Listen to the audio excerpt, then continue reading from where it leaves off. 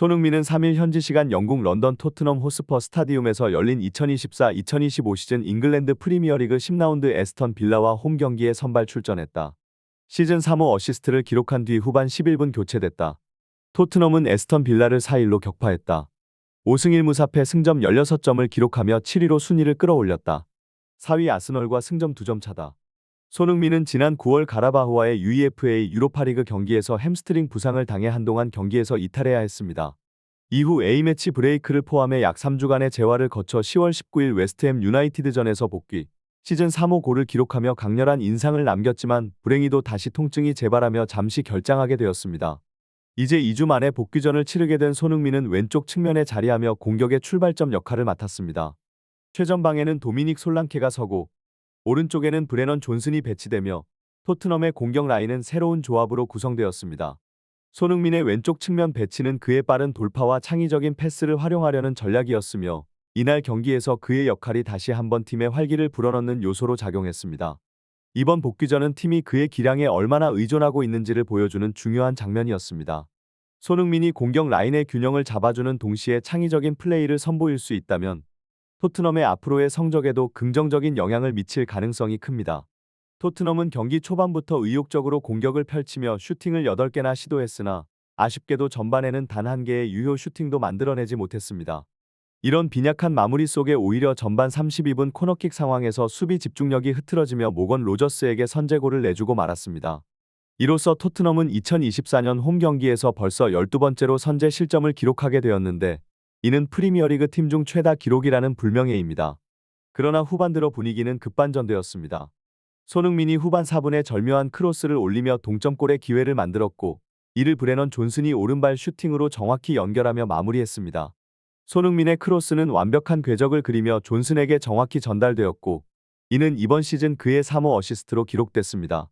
특히 손흥민의 이 어시스트는 5라운드 브렌트퍼드전 멀티 어시스트 이후 나온 시즌 3번째 도움으로 팀이 어려울 때마다 결정적인 역할을 해내는 그의 존재감을 다시금 확인시켜주는 순간이었습니다. 안지 포스테코글루 감독은 손흥민의 부상 관리에 신중을 기하며 후반 11분 예상보다 이른 타이밍에 그를 교체했습니다. 손흥민은 잠시 아쉬운 표정을 지었으나 그의 보호를 위한 결정이었고 히샤를리송이 그 자리를 이어받았습니다. 이어서 중원에도 변화를 주기 위해 로드리고 벤탄쿠르를 대신해 이브 비수마를 투입하며 공격과 수비 모두에서 밸런스를 조절했습니다. 또한 후반 16분에는 크리스티안 로메로가 부상으로 교체되어 벤 데이비스가 수비 라인에 추가 투입되었습니다. 이러한 교체는 잠재적인 리스크를 차단하려는 포스테코글루 감독의 전략적 대응으로 보입니다. 경기는 후반 30분 토트넘이 역전골을 터뜨리며 절정에 이르렀습니다. 파페 사르가 에스턴 빌라의 역습을 예리하게 차단한 후 빠르게 존슨에게 공을 전달했습니다. 이어서 존슨은 대한 쿨루세브스키에게, 쿨루세브스키는 다시 솔랑케에게 공을 연결하며 역습의 흐름을 완성했습니다. 솔랑케는 골키퍼와 1대1 상황에서 침착하게 득점에 성공, 팀의 귀중한 역전골을 안겼습니다. 경기의 흐름은 완전히 토트넘으로 기울었습니다. 후반 34분, 에스턴 빌라의 공격을 차단한 뒤 빠르게 역습으로 전환한 토트넘은 히샤를리송의 날카로운 컷백 패스를 솔랑케가 마무리하며 쐐기골을 기록했습니다. 솔랑케는 이 득점으로 멀티골을 완성하며 팀의 승리를 확실하게 다졌습니다. 그러나 히샤를리송에게는 불운이 닥쳤습니다. 어시스트 과정에서 햄스트링의 통증을 느껴 결국 후반 37분 제임스 매디슨과 교체되었습니다. 히샤를리송 또한 손흥민처럼 최근 복귀한 지 얼마 되지 않았기에 그의 부상은 팀에게 다소 타격이 될 수 있습니다.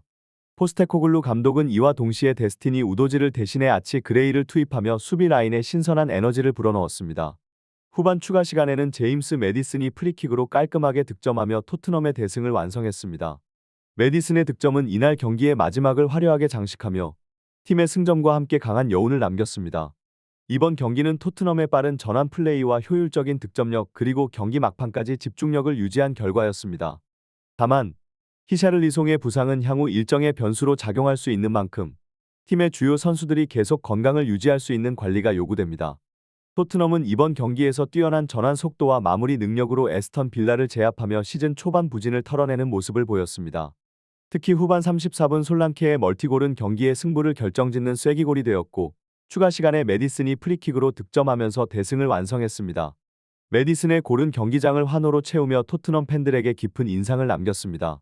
포스테코글루 감독이 이끄는 이번 시즌의 토트넘은 역습과 전환에 특화된 빠르고 효율적인 공격 전술을 통해 상대 수비를 공략하고 있습니다. 이번 경기에서 주목할 점은 토트넘의 역습이 매우 효과적으로 이루어졌다는 것입니다. 후반 30분 파페 사르의 예리한 수비 차단을 시작으로 존슨, 쿨루세브스키, 솔란케로 이어지는 연계 플레이는 단순하면서도 강력한 공격 흐름을 만들어냈습니다. 이 과정에서 토트넘 선수들은 간결한 패스로 빌라 수비진을 뚫어내며 전환 공격의 정석을 보여주었습니다. 마치 물 흐르듯 연결된 이 공격 전개는 상대를 압도할 수 있는 팀의 유기적인 호흡과 전술적 완성도를 보여준 장면이었습니다. 또한 포스테코글루 감독의 교체 전략은 경기의 승패를 가르는 중요한 요소로 작용했습니다. 손흥민과 히샤를리송을 일찌감치 교체하며 체력을 보존시키려는 의도는 리그와 컵 대회 일정을 고려한 치밀한 계산이 깔려 있었습니다. 특히 손흥민은 최근 몇 차례 부상 여파로 관리가 필요했고, 이에 따라 감독은 부상을 방지하며 팀의 장기적인 전력 운영을 염두에 둔 결정을 내렸습니다. 로메로의 부상에 따른 벤 데이비스 투입, 우도지 대신 아치 그레이를 교체로 내보내는 등 수비 라인의 신선함을 유지한 점도 경기 운영에서 안정감을 더한 요소였습니다. 다만 히샤를리송의 부상은 토트넘에게 불안 요소로 남게 되었습니다. 히샤를리송은 이날 경기에서 어시스트를 기록하며 좋은 모습을 보여주었지만 어시스트 과정에서 햄스트링 통증을 호소하며 후반 37분 제임스 매디슨과 교체되는 장면이 나왔습니다. 최근 웨스트햄전에서 복귀한 히샤를리송에게 또다시 부상이 발생한 점은 아쉬운 대목입니다. 그의 공백은 공격진의 선택지를 줄이며 특히 중요한 경기에서 전술적 다양성을 제한할 수 있습니다. 이에 따라 포스테코글루 감독은 핵심 선수들에 대한 체력 관리와 부상 방지에 더욱 주의를 기울일 필요가 있습니다. 이 대승으로 토트넘은 팀의 전력과 잠재력을 다시 한번 입증했습니다. 다만 리그에서 상위권 도약을 목표로 하는 토트넘은 부상 관리가 더욱 중요해졌습니다. 손흥민과 히샤를리송 등 주요 선수들이 건강한 상태를 유지해야 팀이 장기적인 성과를 낼 수 있기 때문입니다.